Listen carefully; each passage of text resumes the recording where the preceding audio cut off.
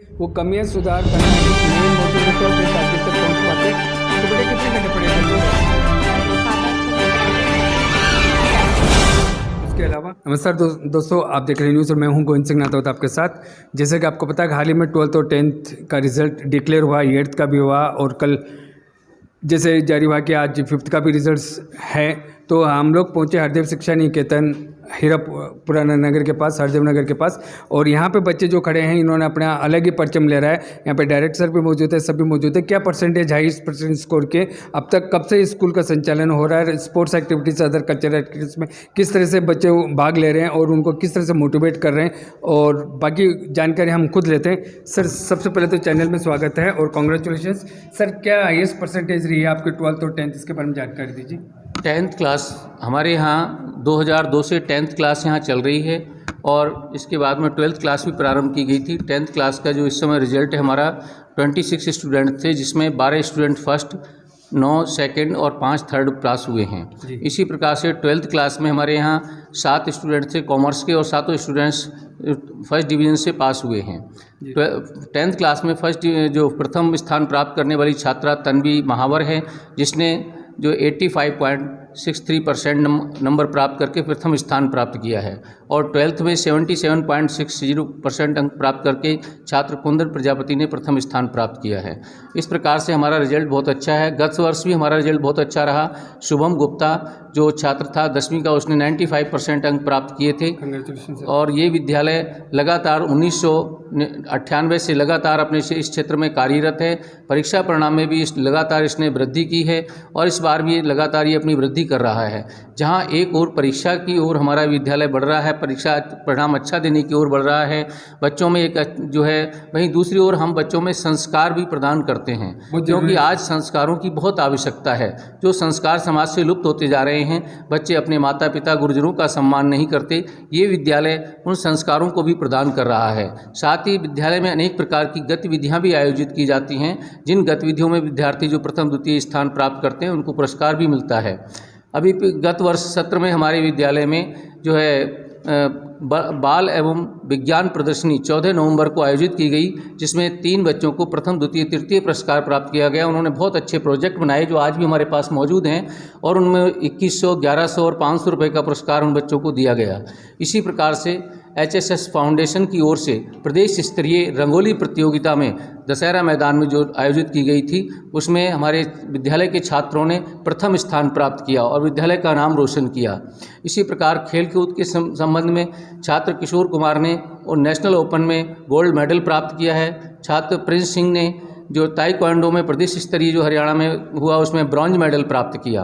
तो इस प्रकार से विद्यार्थी लगातार अपने अलग अलग क्षेत्रों में अपनी गतिविधियों में आगे बढ़ रहे हैं और विद्यालय का नाम रोशन कर रहे हैं। तो हमारा विद्यालय केवल पढ़ाई पर ही ध्यान केंद्रित नहीं करता, बल्कि इसका उद्देश्य विद्यार्थियों में ही समस्त प्रतिभाओं को उजागर करने का, समस्त प्रतिभाओं को निखारने का काम करता है।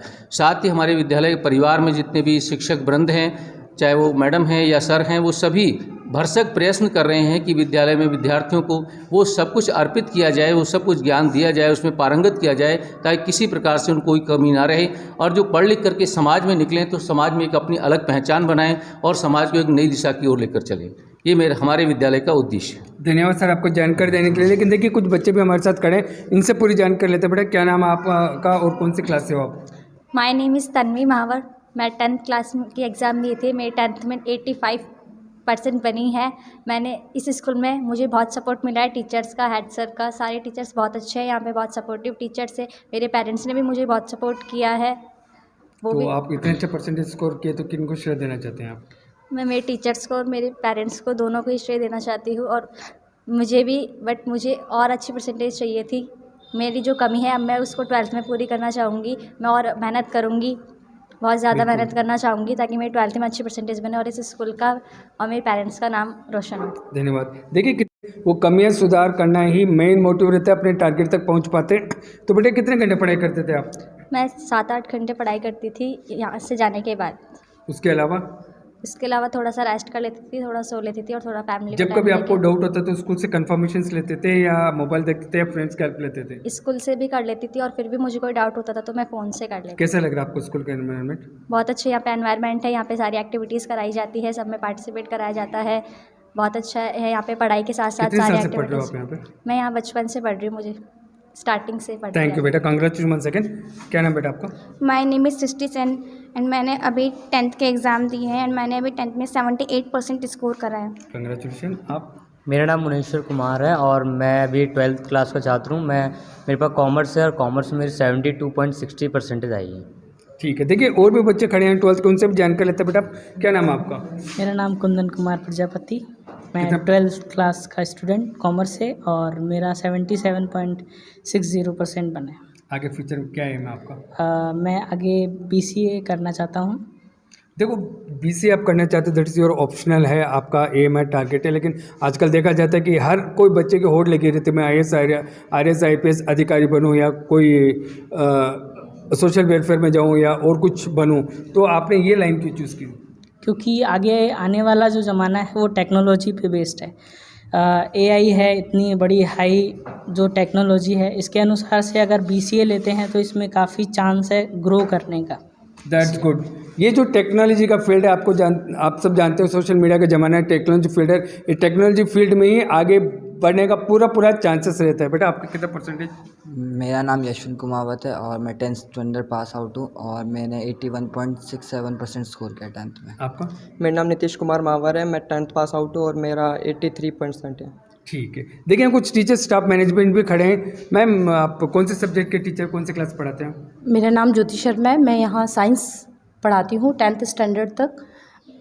तो मैम एक साइंस से एक बच्चे टिपिकल सब्जेक्ट्स मानते हैं हाँ, कि yes। फिजिक्स केमिस्ट्री बायो वगैरह के फार्मूलास इनका होता है, केमिकल्स रिएक्शंस वगैरह होता है, तो इनको बच्चों को किस तरह से मोटिवेट करके इस तरह से ब्रॉटअप किया आपने?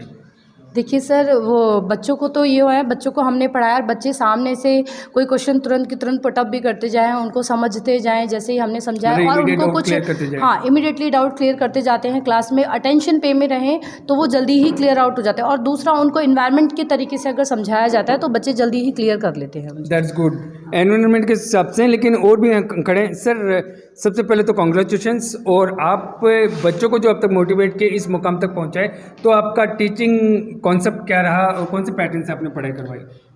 टीचिंग कंपटीशन का ऐसा रहा है सर, बेसिकली क्या होता है, नॉर्मली सब लोग क्लासेस वगैरह लेते हैं, सब पढ़ाते हैं। डिफ्रेंशिएशन क्या है? डिफरेंस ये है कि बच्चों को कंपटीशन लेवल की तैयारी कैसे करानी है कि बच्चे को ये पेपर की पहले से प्रिपरेशन कराई जाती है by the help of the desk work. और पूरा पेपर जो 3 घंटे का पेपर होता है, हमारा ऐसा एनालिसिस रहता है कि आप 3 घंटे वो पेपर आप खुद से करें, तो आप खुद से डिसाइड कर पाएंगे कि आपको आपके राइटिंग स्पीड क्या रखनी है, आपको बाकी चीज़ें कैसे एनालाइज करनी है, किस क्वेश्चन में कितना टाइम स्पेंड करना है, ये सब चीज़ों को एनालाइज करते हुए तभी आप पेपर पूरा कर पाएंगे ऑन द टाइम। जो 3 घंटे का 3.25 घंटे का टाइम मिलता है पेपर में, वो पेपर में तभी पूरा हो सकता है जब आपको उसको प्री प्रैक्टिस होगी उस चीज़ की। तो इसीलिए बच्चों ने अच्छे से अच्छा स्कोर किया कि बच्चों को पेपर की पहले से प्रैक्टिस करा दी गई थी कि आपको इस लेवल का पेपर आएगा और आपको इस लेवल की उसकी प्रैक्टिस करनी है। धन्यवाद सर। सर आपके स्टूडेंट्स इतना अच्छा स्कोर किया, तो सब श्रेय किनको देना चाहते हो? हमारे विद्यालय में जिन विद्यार्थियों ने बहुत अच्छे अंक प्राप्त करके अच्छा स्कोर प्राप्त किया है, इसका श्रेय शिक्षकों को और विद्यालय प्रशासन दोनों को ही जाता है। और साथ ही विद्यार्थियों को तो जाता ही है, क्योंकि विद्यार्थी मेहनत करते हैं, शिक्षकों द्वारा पढ़ाया गया जो विषय होता है उसको अच्छी तरह से याद करके परीक्षा में लिखते हैं और प्रशासन एक अच्छा वातावरण उपलब्ध करवाता है। उस वातावरण के तहत उनको जो है सारी शिक्षा प्रदान की जाती है। तो विद्यालय, विद्यार्थी और शिक्षकगण सभी को ये श्रेय दिया जाता है। धन्यवाद सर। जी, मेरा नाम वंदना शर्मा है और मैं यहाँ पे SST सामाजिक विज्ञान विषय है जो पढ़ाती हूँ।